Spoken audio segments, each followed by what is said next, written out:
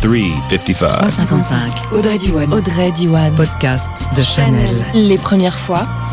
Creativity. Les premières fois à Cannes. 355.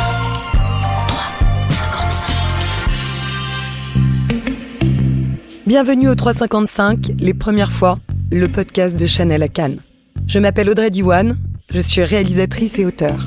Une première fois au Festival de Cannes est une aventure exaltante, hors norme et déterminante dans la carrière de tous ceux qui font du cinéma. L'événement est une forme de rite initiatique dont chacun se souviendra toujours. C'est de ce temps fort dont nous parlerons dans ce podcast avec mes invités. Il y a une grande diversité de profils qui se côtoient pendant le festival.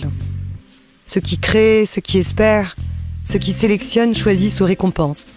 Tous au service du 7e art, avec la Palme d'Or à l'horizon. Cette récompense ultime qui attise tous les espoirs. Quel que soit leur rôle, chacun de mes invités porte une responsabilité prégnante dans ce dispositif exceptionnel. Chacun traversé par d'inoubliables émotions. Fidèle aux traditions initiées par sa fondatrice, Gabrielle Chanel, la Maison Chanel apporte son soutien aux artistes et à la création cinématographique.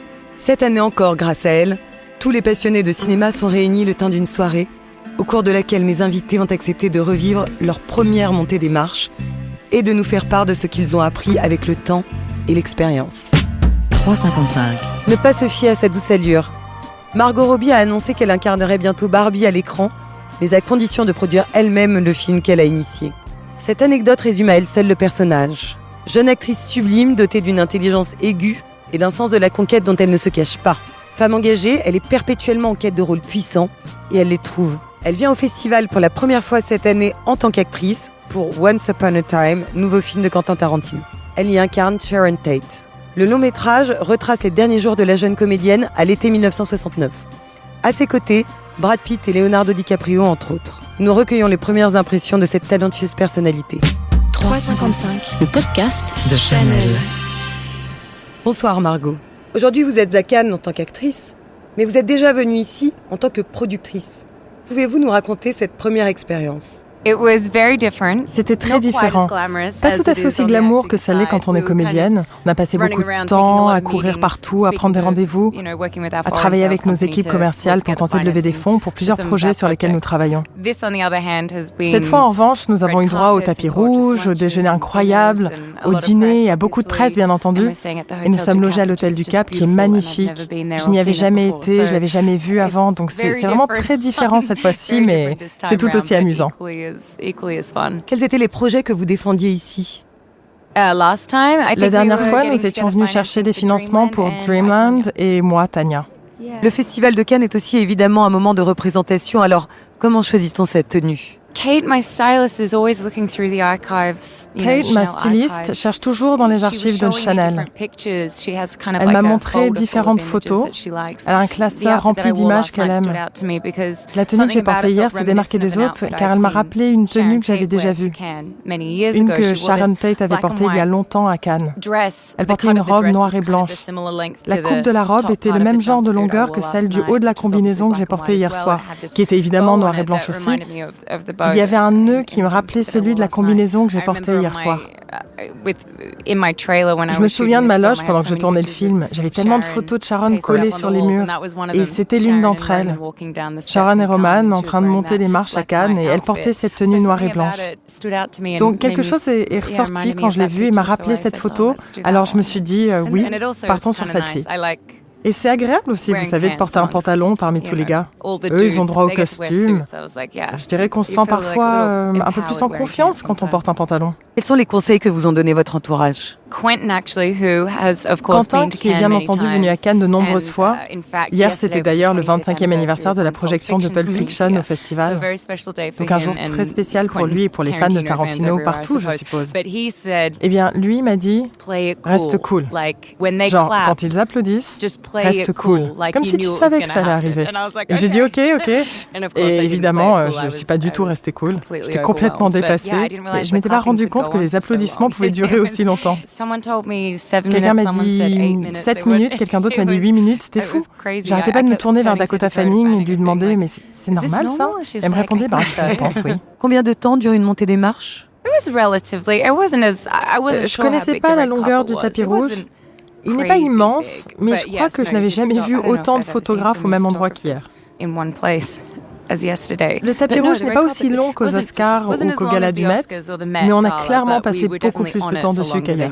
Est-ce que vous vous souvenez des réactions en temps réel de la salle au moment du film? Je pense que rien ne vaut le fait de découvrir un film pour la première fois avec un public qui le reçoit aussi pour la première fois. L'appréciation qu'on en a est très liée à comment les gens autour de vous réagissent.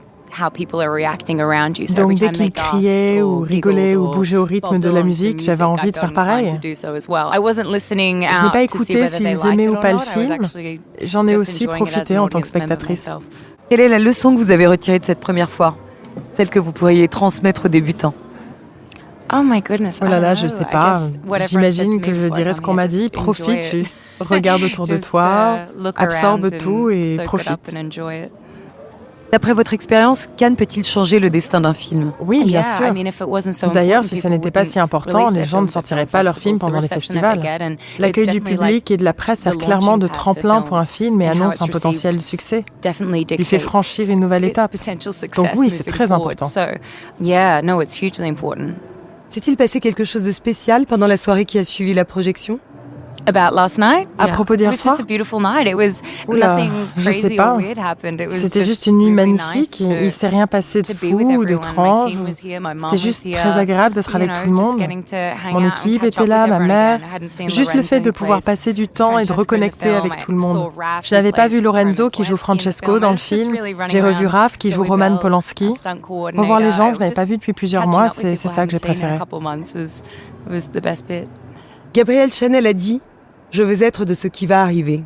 Qu'en pensez-vous? Coco Chanel said I want to be a part of what happens. Right. Coco Chanel a dit « Je veux être de ce qui va arriver ».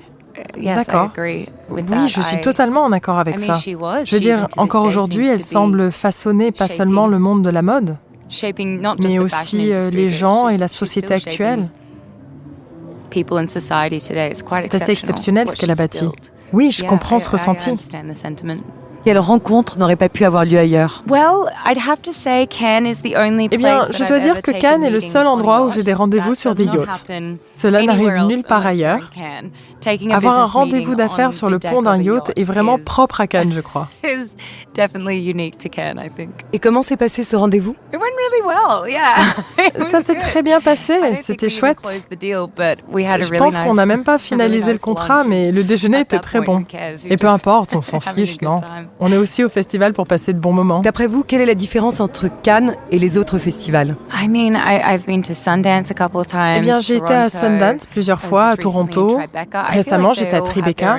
Je pense qu'ils ont tous leur style et leur personnalité qui reflètent la ville dans laquelle ils se situent. Oui, ça contribue à créer une certaine ambiance. Je veux dire, quand tu es à Sundance, tu portes des vêtements chauds et des chaussures plates et tu marches partout. Et c'est une sensation complètement différente. Je ne pourrais pas dire que l'un est mieux que l'autre. Et je profite de toutes ces différences. Alors, comment définiriez-vous Cannes? Eh bien, c'est définitivement plus glamour, le plus glamour de tous les festivals de cinéma. Il a aussi une histoire bien plus que les autres. Il date des années 40, je crois. Pour moi, il dégage la même chose que la plupart des pays européens. L'histoire est tellement riche. Vous voyez, moi je viens d'Australie. L'Australie colonisée est un pays encore relativement jeune. Donc voir des immeubles aussi anciens que ceux qu'on voit en Europe, c'est toujours passionnant. Et donc je suppose que ce qui rend ce festival spécial a à voir avec l'importance de son héritage culturel. Le mouvement MeToo a fait évoluer les mentalités et changer beaucoup de choses dans l'univers du cinéma. Est-ce que vous le ressentez même ici? Definitely. I think everything's changed, and I think it's still changing. Oui, absolument. Je pense que tout a changé et que ça continue de changer.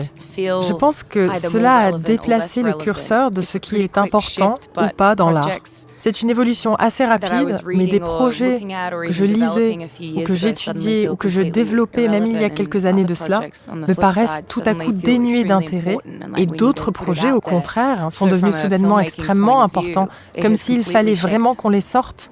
En termes de création cinématographique, cela a complètement façonné ce à quoi les gens prêtent attention ou ce qu'ils veulent créer. Et au-delà de ceux qui font ces films, on sent un équilibre beaucoup plus juste aujourd'hui. Vous pensez donc que les films seront différents dans les prochaines années? Oui, je pense que c'est déjà visible dans les films qui sortent. Et c'est complètement grâce au mouvement MeToo que nous avons actuellement des contenus avec des femmes qui jouent des rôles principaux et de plus en plus de projets réalisés et écrits par des femmes. Thank you very much. Yeah, no worries. Thank you. Creativity,